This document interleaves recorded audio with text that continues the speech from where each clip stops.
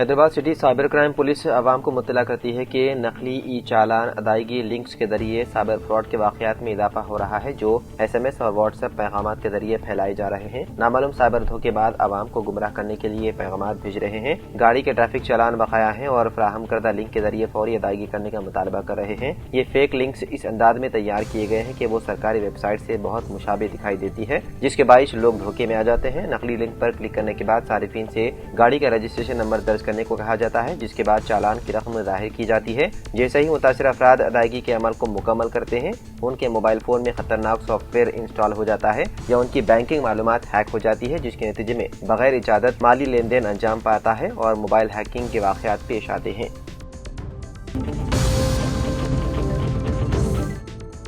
دہلی کی جامعہ ملیہ اسلامیہ میں منعقدہ سیمسٹر امتحان کے دوران ایک سوال پوچھے جانے پر زبردست تنازع کھڑا ہو گیا۔ B A honours social work کے سیمسٹر امتحان میں 15 نمبروں کے سوال میں طلبہ سے پوچھا گیا تھا کہ بھارت میں مسلم اقلیتوں کے خلاف مظالم پر تحریر کریں، چند مثالیں بھی پیش کریں۔ اس سوال کے سامنے آتے ہی تعلیمی حلقوں اور سوشل میڈیا پر شدید رد عمل سامنے آ گیا۔ اس کے بعد متعلقہ پروفیسر کو معطل کر دیا گیا۔ یونیورسٹی انتظامیہ نے معاملے کی جانچ کے لیے ایک کمیٹی بھی تشکیل دی ہے۔ یہ امتحان رواں ہفتے کے آغاز میں ہوا تھا اور پرچے کا عنوان بھارت میں سماجی مسائل تھا۔ یہ پرچہ پروفیسر ویریندر بالاجی شاہرے نے تیار کیا تھا، جنہیں فوری طور پر معطل کر دیا گیا۔ یونیورسٹی ویب سائٹ پر موجود پروفائل کے مطابق وہ سوشل ورک ڈپارٹمنٹ سے وابستہ ہے اور ان کی دلچسپی کے شعبوں میں دیہی و شہری ترقی، دلت و قبائلی امور، سماجی شمولیت و اخراج اور تعلیمی و سماجی ترقی شامل ہیں۔ وہ گزشتہ 22 برسوں سے جامعہ ملیہ اسلامیہ میں خدمات انجام دے رہے ہیں۔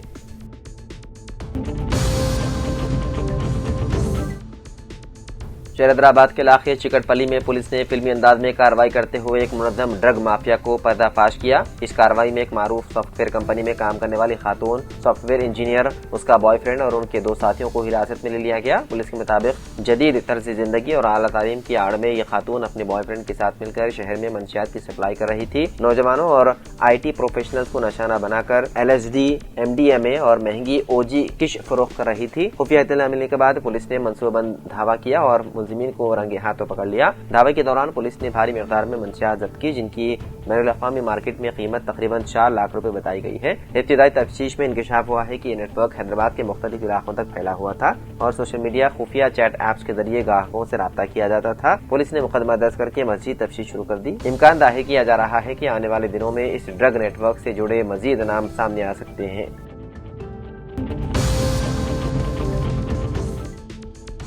ممبئی انٹرنیشنل ایئرپورٹ پر ایک نہایت تشویشناک واقعہ سامنے آیا، جہاں انڈیگو ایئر لائن کے ایک مسلم ملازم عبداللہ خان کو مبینہ طور پر مذہبی شناخت کی بنیاد پر زبانی بدسلوکی اور تذلیل کا نشانہ بنایا گیا۔ سوشل میڈیا پر وائرل ویڈیو کے مطابق یہ بدسلوکی ایک خاتون نے کی، جو اپنے ایکس بایو میں خود کو BJP کی اقلیتی لیڈر اور سناتنی بتاتی ہے۔ ویڈیو میں دیکھا جا سکتا ہے کہ خاتون ملازم سے نہایت تحقیر آمیز اور اشتعال انگیز انداز میں مخاطب ہے اور کہتی ہیں، تم یہیں کھڑے رہو، عبداللہ خان پورا ملک تم جیسے لوگوں سے پریشان ہے۔ یہ جملے نہ صرف مذہبی شناخت کو نشانہ بناتے ہیں بلکہ واضح طور پر نفرت انگیز زبان اور ہراسانی کے زمرے میں آتے ہیں۔ قابل ذکر ہے کہ انڈیگو سمیت کسی بھی بڑی ایئر لائن میں بھرتی مذہب یا ذات کی بنیاد پر نہیں بلکہ اہلیت، تربیت اور پیشے وارانہ معیار پر ہوتی ہے۔ اس کے باوجود ایک پیشے ور ملازم کو اس کے نام اور عقیدے کی وجہ سے اس کے کام کی جگہ پر سرعام ذلیل کیا جانا آئینی اقدار، برابری، وقار اور احترام کی صریح خلاف ورزی ہے۔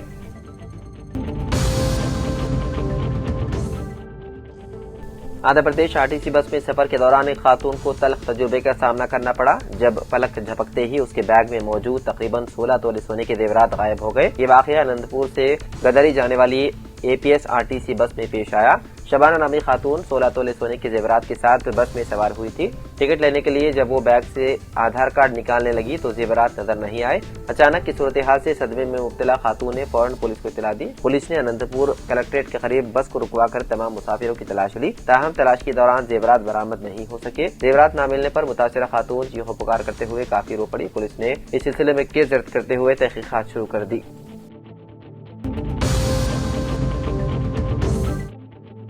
تلنگانہ میں گاڑی کی ملکیت کی منتقلی کا عمل اب بڑی حد تک آن لائن ہو چکا ہے، تاہم درست معلومات اور مکمل دستاویزات نہ ہونے کی صورت میں درخواست مسترد بھی ہو سکتی ہے۔ اسی لیے خریدار اور فروخت کنندہ دونوں کے لیے ضروری ہے کہ وہ پوری طریقہ کار سے واقف ہوں۔ اگر گاڑی تلنگانہ کے اندر فروخت کی گئی ہو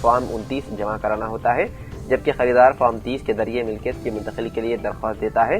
RTO دستاویزات کی جانچ کے بعد نیا رجسٹریشن سرٹیفکیٹ جاری کرتا ہے۔ اس عمل کو فروخت کی تاریخ سے 30 دن کے اندر مکمل کرنا لازمی ہے۔ کار کے لیے مجموعی فیس تقریباً 530 روپے ہے، جبکہ بائک کے لیے 380 روپے ہوتی ہے، جبکہ دوسری ریاست سے تلنگانہ آنے والی گاڑیوں کے لیے اضافی مراحل ہوتے ہیں۔ فروخت کنندے کو اصل ریاست کے RTO سے فارم 28 حاصل کرنا ہوتا ہے، جس میں عموماً 2 سے 3 ہفتے لگ سکتے ہیں۔ اس کے بعد خریدار کو تلنگانہ میں روڈ ٹیکس ادا کرنا ہوتا ہے، جو گاڑی کی گھٹتی قیمت پر 5 سے 15% تک ہو سکتا ہے۔ اس کے بعد نئی رجسٹریشن، فزیکل انسپیکشن اور بعض صورتوں میں فٹنس ٹیسٹ بھی کیا جاتا ہے۔ بین ریاستی منتقلی کے لیے زیادہ سے زیادہ مدت 12 ماہ مقرر ہے، تاہم بہتر ہے کہ یہ عمل 30 دن میں مکمل کر لیا جائے۔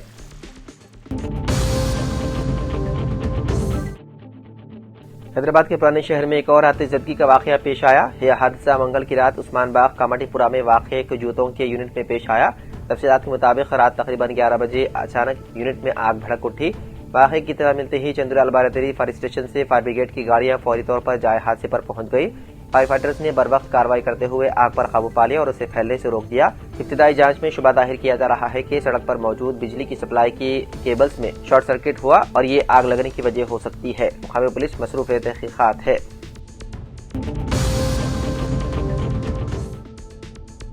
مہاراشٹر کی بی جے پی خاتون لیڈر نونیت رانا نے ایک بار پھر متنازع بیان دیا ہے۔ ان کا کہنا ہے کہ ملک کو بچانے کے لیے ہندوؤں کو 3 سے 4 بچے پیدا کرنے چاہیے۔ انہوں نے خاص طبقے کو ہدف تنقید بناتے ہوئے یہاں تک کہہ دیا کہ ہندوؤں کو زیادہ بچے اس لیے کرنے چاہیے کہ ان کی سازشوں کا سامنا کیا جا سکے، جو یہ سوچتے ہیں کہ زیادہ بچے پیدا کر ہندوستان کو پاکستان بنا دیں گے۔ واضح ہے کہ سابق رکن پارلیمنٹ نے منگل کو میڈیا سے بات کرتے ہوئے کہا کہ ایک مولانا نے دعویٰ کیا ہے کہ ان کی 4 بیویاں ہیں اور اس کے 19 بچے ہیں۔ نونیت رانا کا کہنا ہے کہ اگر وہ 19 بچے پیدا کر سکتے ہیں تو میں ہر ہندو سے اپیل کرتی ہوں کہ ہمیں کم از کم 4 بچے تو ضرور پیدا کرنے چاہیے۔ انہوں نے یہ بھی کہا ہے کہ یہ لوگ کھلے عام کہتے ہیں کہ ان کی 4 بیویاں اور 19 بچے ہیں۔ میرا مشورہ ہے کہ ہمیں کم از کم 3 سے 4 بچے پیدا کرنے چاہیے۔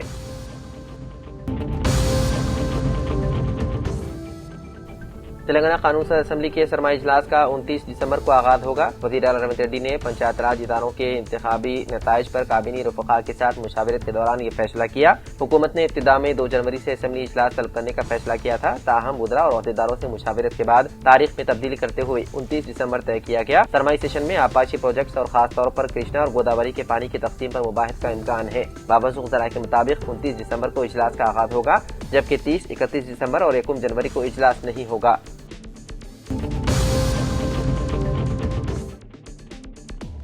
تلنگانہ میں سردی کی شدت میں اضافہ ہو گیا ہے۔ صبح اور شام کے اوقات میں بھی لوگ شدید سردی کی وجہ سے کانپ رہے ہیں۔ ریاست کے کئی حصوں میں کم سے کم درجہ حرارت سنگل ہندسے تک پہنچ گیا ہے۔ محکمہ موسمیات نے خبردار کیا ہے کہ آئندہ 2 روز میں اس میں مزید کمی واقع ہوگی۔ مزید 2 دن تک کم سے کم درجہ حرارت میں 3 سے 4 ڈگری تک کمی کا امکان ہے۔ شمال، مغربی اور وسطی تلنگانہ کے بعض علاقوں میں ٹھنڈی ہوائیں چلنے کا امکان ہے۔ اس تناظر میں کئی اضلاع کے لیے اورنج الرٹ اور یلو الرٹ جاری کیا گیا۔ سردی کی شدت کے ساتھ ہی محکمہ موسمیات کے حکام نے انکشاف کیا ہے کہ کئی علاقوں میں شدید کہر بھی چھائی رہے گی۔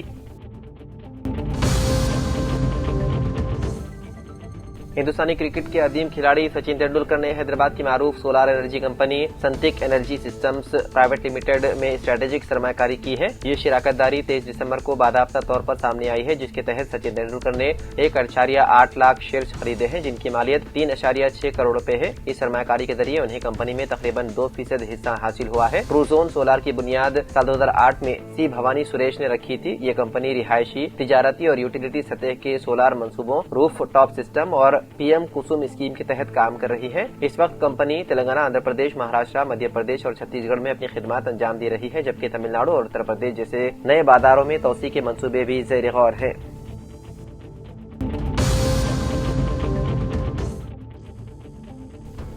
وزیر اعلیٰ رونت ریڈی آج اپنے انتخابی حلقے کوڑنگل کا دورہ کریں گے۔ پنچایت انتخابات کے بعد وزیر اعلیٰ کا اپنے حلقے میں پہلا دورہ ہے، جہاں نامنتخب سرپنچ، اپ سرپنچ اور وارڈ ممبرز کا خیر مقدمی جلسہ منعقد کیا جائے گا۔ سرپنچوں کو وزیر اعلیٰ سے راست بات چیت کا موقع فراہم کیا جائے گا تاکہ مقامی مسائل کو پیش کیا جا سکے۔ بتایا جاتا ہے کہ وزیر اعلیٰ نامنتخب عوامی نمائندوں سے دیہاتیوں کی ترقی، مقامی عوامی مسائل اور حکومت کی فلاحی اسکیمات پر عمل آوری کے سلسلے میں بات چیت کریں گے۔